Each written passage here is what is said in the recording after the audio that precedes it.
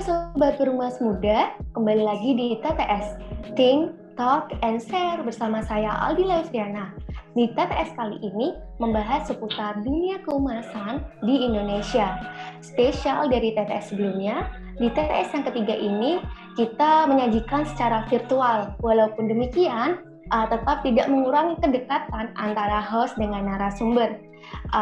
Spesial juga di TTS yang ketiga ini, kita kedatangan narasumber spesial, yaitu ada Pak Asmono Wiktan selaku founder dari PR Indonesia. Halo Pak Asmono.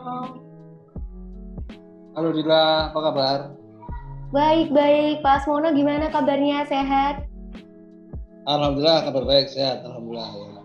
Harus sehat. Alhamdulillah. Harus sehat ya, walaupun pandemi tapi tetap sehat. Nah, kalau boleh tahu nih Pak As, ya. Amin. Kalau boleh tahu Pak As, kegiatan selama pandemi ini, Pak As kegiatannya apa aja nih? Secara umum ya pasti WFH ya, karena kan sejak Maret itu sampai Agustus saya dan teman-teman di Indonesia di kantor juga melakukan WFH. Bulan lalu di bulan Agustus sempat kita ngantor, ada shift modern dengan semua karyawan dibikin pola shift kerjanya seminggu maksimal 2 kali ke kantor. Tapi seperti kita ketahui bersama, beberapa hari lalu Pak Gubernur DKI Pak Anies Baswedan kan menyampaikan ada PSBB ketat kembali. Ya sekarang kantor tutup lagi, kita mengikuti petunjuk dari Satgas pemerintah provinsi sampai kira-kira akhir bulan ini. Kalau memang nanti sudah dicabut lagi ya mungkin kita pelan-pelan ngantor lagi. Mungkin kalau teman-teman tahu, saya barusan meluncurkan buku pada tanggal 28 Juli yang lalu. Buku berjudul Bergerak Mengakrabi Disrupsi Menciptakan Peluang. Buku itu justru satu di masa pandemi. Nah, jadi di pandemi inilah bagi saya pribadi tentu saja tidak ada istilah tidak bisa bergerak kreasi ya. Dan alhamdulillah seperti hanya mungkin banyak orang juga melakukan, saya bisa membuat satu buku ini sungguh bagi saya sangat menyenangkan. Kita nikmati aja di masa pandemi ini. Yang penting kita tetap punya kreativitas. Wah, keren sekali ya Pak Asmono, walaupun tetap ada pandemi, tetap produktif, berkreasi, dan berinovasi. Nah, yang tadi Pak Asmono sampaikan, kantor PR Indonesia itu tutup. Nah, lalu selama pandemi ini bagaimana koordinasi atau bagaimana sih pekerjaan teman-teman di PR Indonesia itu agar tetap berjalan walaupun pandemi seperti saat ini, Pak? Thanks to teknologi ya. Apalagi kalau kita meeting virtual gini kan kadang-kadang kameranya ditutup, ya kan. Alasannya macam-macam. Dari challenge, tapi kan lebih pada challenge ya. Jadi at least itu bukan satu problem yang terlalu besar sepanjang kita bisa mendeliver pekerjaan kita, pesan kita di masa pandemi. Iya, benar banget. Komunikasi internal ya Pak ya, yang nantinya akan berdampak di eksekusi kegiatan PR Indonesia itu. Jadi intinya adalah komunikasi. Betul banget. Ya. Nah, Pak As, kan ini teman-teman mungkin mahasiswa baru atau teman-teman yang ada di jurusan komunikasi dan PR itu kadang masih kurang pemahaman tentang membaca. Nah, terus bagaimana sih cara PR Indonesia agar teman-teman mahasiswa tuh bisa muncul budaya ingin membaca, jadi ingin membaca majalah PR Indonesia dan membaca apapun itu. Bagaimana cara PR Indonesia agar menarik orang untuk membaca majalah PR Indonesia? Bagaimana? Sekarang ini sebenarnya kekhawatiran kami adalah bahwa orang membaca dengan tidak benar cara membacanya, sehingga terjadi hoax. Semua kami upayakan untuk sana. Nah, bagi yang ingin mendalami, sekali lagi kita punya e-paper dan segala macam. Iya, intinya adalah membaca itu harus dijadikan sebuah habit ya Pak ya. Jadi agar kita lebih dekat, ya seperti itu. Nah, berkaitan sama membaca nih, kan tadi Pak Asmono bisa menyinggung sedikit tentang buku Pak Asmono yang berjudul Bergerak. Nah, mungkin bisa dijelaskan sedikit Pak, isinya itu seperti apa biar mungkin teman-teman menarik untuk membeli buku dari Pak Asmono ini. Oke, buku ini sebenarnya punya 3 hal. Yang pertama adalah tentang komunikasi, atau PR, kemudian media dan kepemimpinan. Jadi jangan berharap PR itu akan punya ruang yang lebih besar, lebih legis kalau pemimpinnya nggak kasih ruang.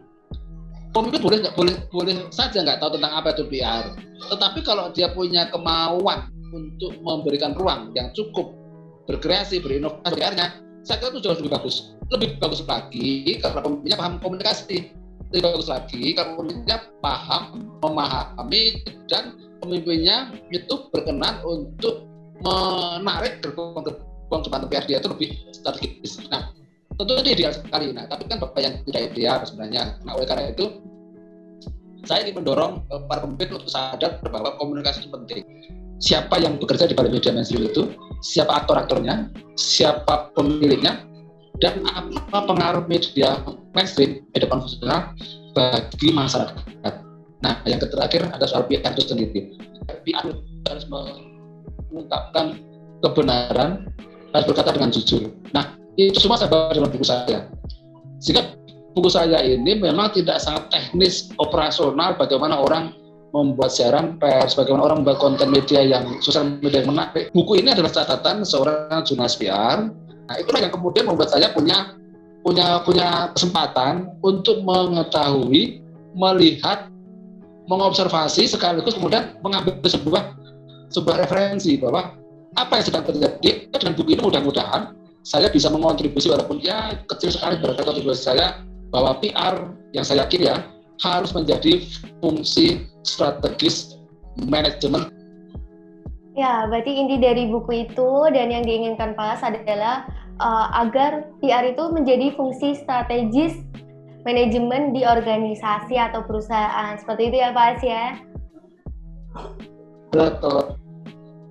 Betul sekali. Nah, kalau mungkin teman-teman nih Pak, kalau misalnya mau pesen buku itu atau buku itu tuh dijual di mana? Kalau boleh tahu di mana aja Pak buku itu diedarkan?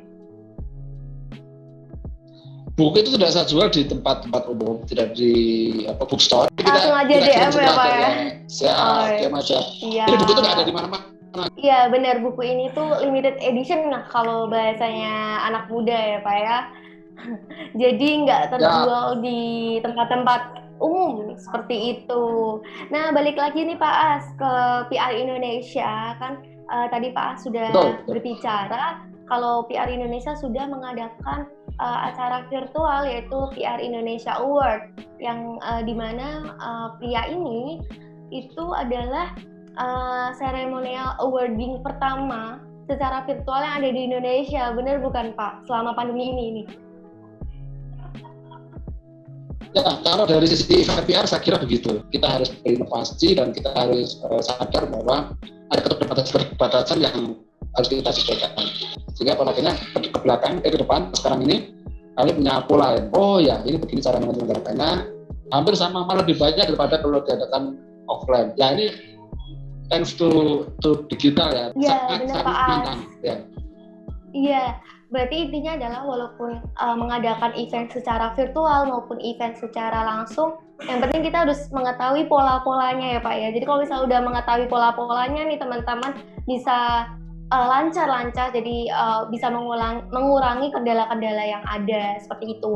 Nah, Pak As, kan di PR Indonesia sendiri itu kan event-event atau kegiatannya tidak hanya pria saja. Nah, mungkin bisa dijelaskan Pak As, selain kegiatan pria, PR Indonesia menyajikan event apa saja nih yang berkaitan dengan praktisi PR atau akademisi PR atau bahkan mahasiswa ilmu komunikasi sendiri. Boleh diulang? Oke, siap Pak. Kan ini pria ini kan hanya kegiatan PR Indonesia saja. Tidak hanya satu kegiatan yang diadakan oleh PR Indonesia saja, tapi PR Indonesia juga memiliki berbagai macam event-event ya Pak ya. Kalau yang saya tahu kan ada Jambiro, ada Rukistar. Nah, mungkin nih teman-teman yang belum tahu, mungkin bisa dijelaskan Pak, event-event selain pria yang ada di PR Indonesia itu apa saja, dan mungkin apakah kegiatan itu juga melibatkan teman-teman mahasiswa atau akademisi PR, mungkin bisa dijelaskan Mas? Ya.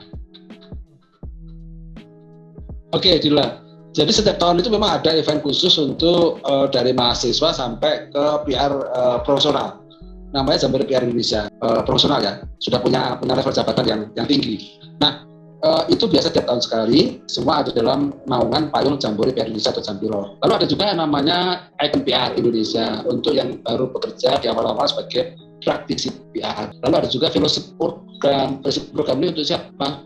Untuk praktisi dan akademisi PR yang pengen nulis. Lalu yang terakhir Insan PR Indonesia awarding, menyelenggarakan PR Indonesia Award. Jampiro timnya. Event ini itu tidak hanya untuk akademi saja, tidak untuk praktisi saja, tapi dari mahasiswa, level mahasiswa, bahkan di level CEO juga bisa mengikuti awarding dari PR Indonesia sendiri. Yes. Ya Pak.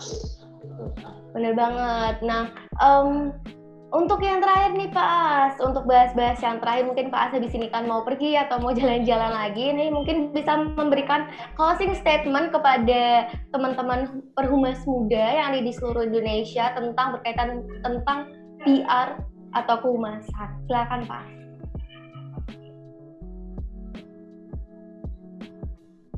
Oke, yang pertama adalah bahwa kalian harus selalu mengedepankan sikap jujur.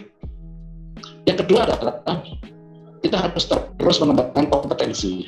Nah, yang ketiga adalah bergaulah seluas-luasnya sejauh kalian bisa bergaul. Tetapi tentu saja konteksnya bergaul yang baik. Karena PR itu kalau nggak kenal banyak orang, tidak tahu si A, si B, si C itu siapa, maka dia sulit mengidentifikasi persoalan. Baik, benar banget nih apa yang dikatakan Pak As nih. 3 pesan Pak Asmono, yaitu yang pertama, bagi seorang PR kita harus menyiarkan kejujuran, trust, kejujuran, dan yang kedua yaitu memberikan pengetahuan memberikan pengetahuan dan kompetensi. Kita harus memiliki wawasan yang luas, dan yang ketiga yaitu harus punya kolaborasi. Seperti itu ya Pak As ya. Oke Pak As, terima kasih sudah bergabung dengan teman-teman Perhumas Muda Semarang ini. Semoga teman-teman bermanfaat. Nah, itu dia TTS yang ketiga ini. Terima kasih buat yang sudah menonton. Sampai jumpa di video selanjutnya. Terima kasih. Terima kasih ya Pak As ya sudah join Pak As.